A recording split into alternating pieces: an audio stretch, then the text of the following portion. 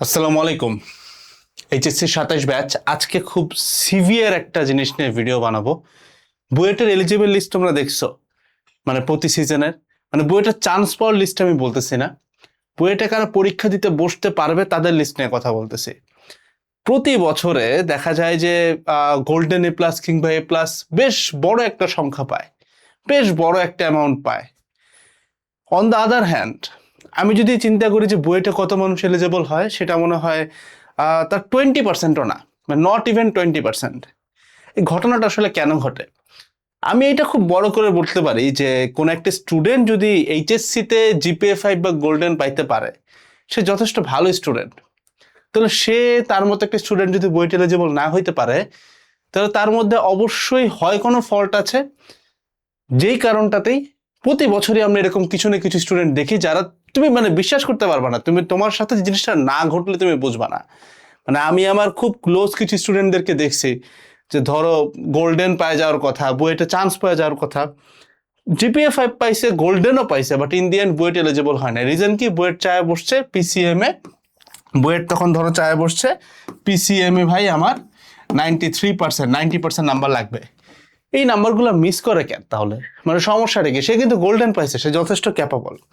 তুমি যদি এটার একটা one of the biggest reason জানতে চাও, সেটা হইতেছে তুমি খেয়াল করলে দেখবা বাংলাদেশে ফার্স্ট পেপার এবং সেকেন্ড পেপারের মধ্যে একটা চ্যাপ্টারগত বৈষম্য আছে। মানে ফার্স্ট পেপার আর সেকেন্ড পেপার বলতে কি বুঝাইলেন? মানে মনে করো physics first paper, physics first paper, chemistry first paper, math first paper, তুমি যাই এখানে টানো না কেন, আমি ওইটার কথাই বোঝাচ্ছি যে physics, chemistry, math first paper বাংলাদেশে একভাবে পড়ানো হয়, সেকেন্ড পেপার এক্স্যাক্টলি তার আরেকভাবে পড়ানো হয়। আমি কথা শুরু করি, তুমি বুঝবা, রিলেট করতে পারবা। সেম ভুলে যদি তুমি পড়ে থাকো, আমি নিঃসন্দেহে একদম কনফার্ম জানি তুমি সেম ভুলে আসো, তার সেই ভিডিওটা বানাচ্ছি।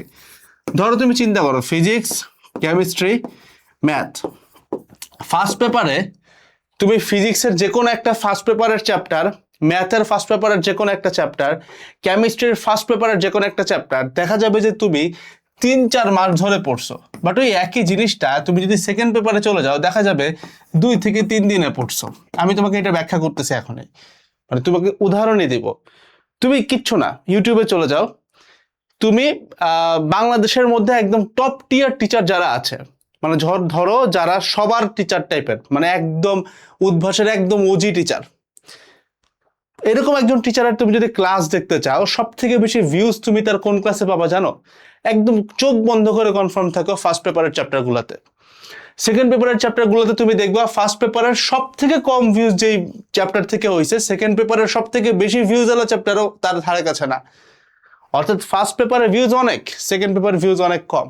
তার মানে কি? তার মানে শুরুর দিকে স্টুডেন্টদের মাথায় একটা খেলা ঘুরে যে আমি ফার্স্ট পেপার 15টা ভাগ করে 4 মাস ধরে ধরে পড়বো এক একটা চ্যাপ্টার। ওই একই জিনিস সেকেন্ড পেপার আমরা ধুম করে শেষ করে ফেলাবো, যেটা কখনো ঘটে না। আমাদের কলেজের একটা হিস্ট্রি তোমাকে আমি বলি, আমি নটরডেম কলেজে ছিলাম। আমাদের ভেক্টর মানে ফিজিক্স ফার্স্ট পেপারের P1, মানে ফিজিক্স ফার্স্ট পেপারের চ্যাপ্টার 1 মানে ভেক্টর, চ্যাপ্টার 1 তো না, 2 আর কি, ভেক্টর। এই ভেক্টর এই চ্যাপ্টারটা আমাদেরকে কলেজে পড়াইছিল অলমোস্ট 3 মাস ধরে। দুঃখের বিষয়, আমরা যখন ফিজিক্স সেকেন্ড পেপারে চলে গেলাম এবং ওই চ্যাপ্টার 1 ধরলাম থার্মোডাইনামিক্স, যেটা ওইটা আমাদেরকে পড়াইছিল লিটারালি 3 ক্লাসে, মানে নট ইভেন 3 দিন, 3 ক্লাসে, মানে 40 মিনিট করে একটা ক্লাস ভাই, মানে 2 ঘন্টায় আমাদের থার্মোডাইনামিক্স ছিল, একটা অফলাইন ক্লাস।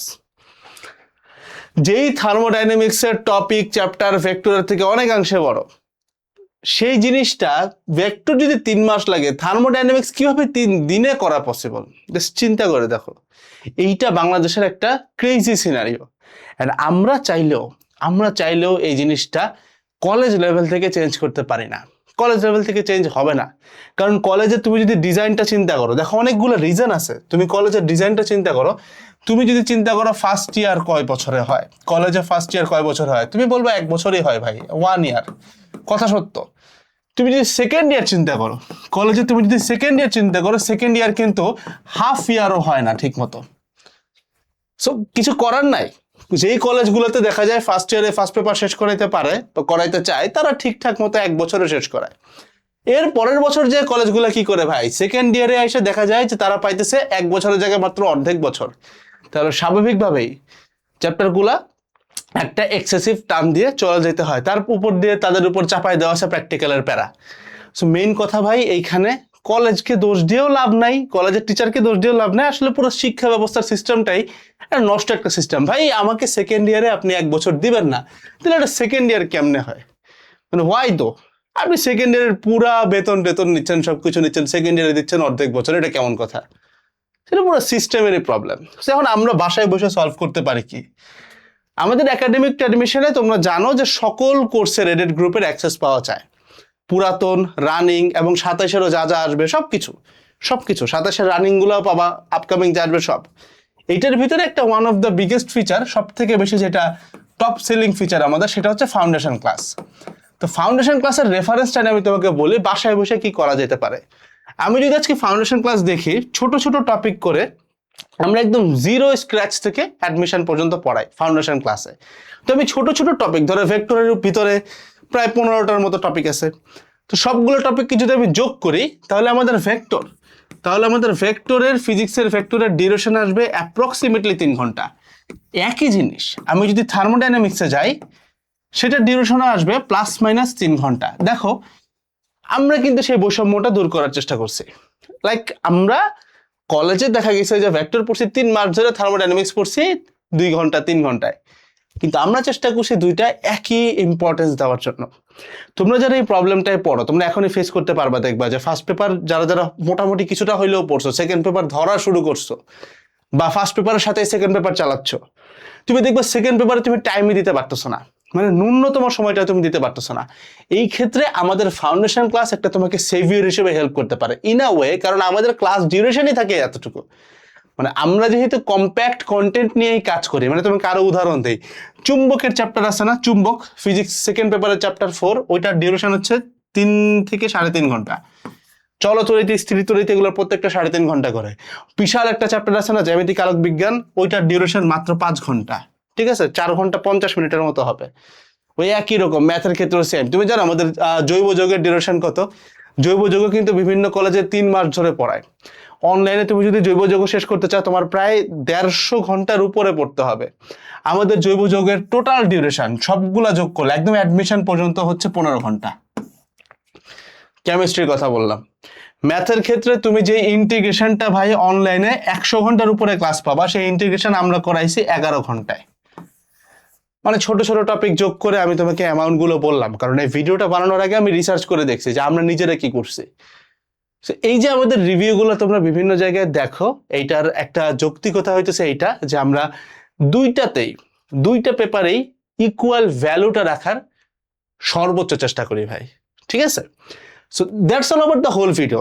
যারা বুয়েট এলিজিবল লিস্ট নিয়ে প্যারা খাও, কিংবা ওই যে গোল্ডেন পাবো কি পাবো না এই ঝামেলাটাতে পড়ো, একটা জিনিস মাথায় রেখো, সেকেন্ড পেপার যতটুকু নাম্বার ক্যারি করে, ফার্স্ট পেপার একই নাম্বার ক্যারি করে। ফার্স্ট পেপার বুঝতে পারলে সেকেন্ড পেপার বোঝা কিছুটা সহজ হয়, তবে এমন অনেক কিছুই আছে সেকেন্ড পেপারের ভিতরে যেটার জন্য তোমাকে একদম ডিফারেন্ট ভাবে পড়ালেখা করতে হবে, এবং ওইটাতেও ফার্স্ট পেপারের মতোই তোমাকে এক্স্যাক্টলি সেম, কিছু কিছু ক্ষেত্রে অনেক বেশি এফোর্ট তোমাকে দিতে হবে। জৈব যৌগ কিন্তু সেকেন্ড পেপারের একটা চ্যাপ্টার, ঠিক আছে? So first paper second paper বৈষম্যটা তুমি করবা না।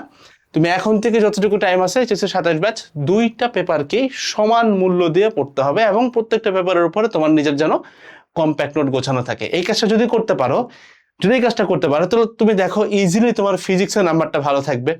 কারণ দেখা গেছে একটা ছেলে ফার্স্ট পেপার অনেক পড়ছে, সো সে ওইখানে 95 উঠায় ফেলাইছে, সেকেন্ড পেপার পড়েই নাই, সে কোনো রকম 80 উঠাইছে। তুমি যোগ করে দেখো অ্যাভারেজ নাম্বার কিন্তু খুব কমে গেল, জাস্ট ওই সেকেন্ড পেপারে তার নাম্বারটা কমাই দিল।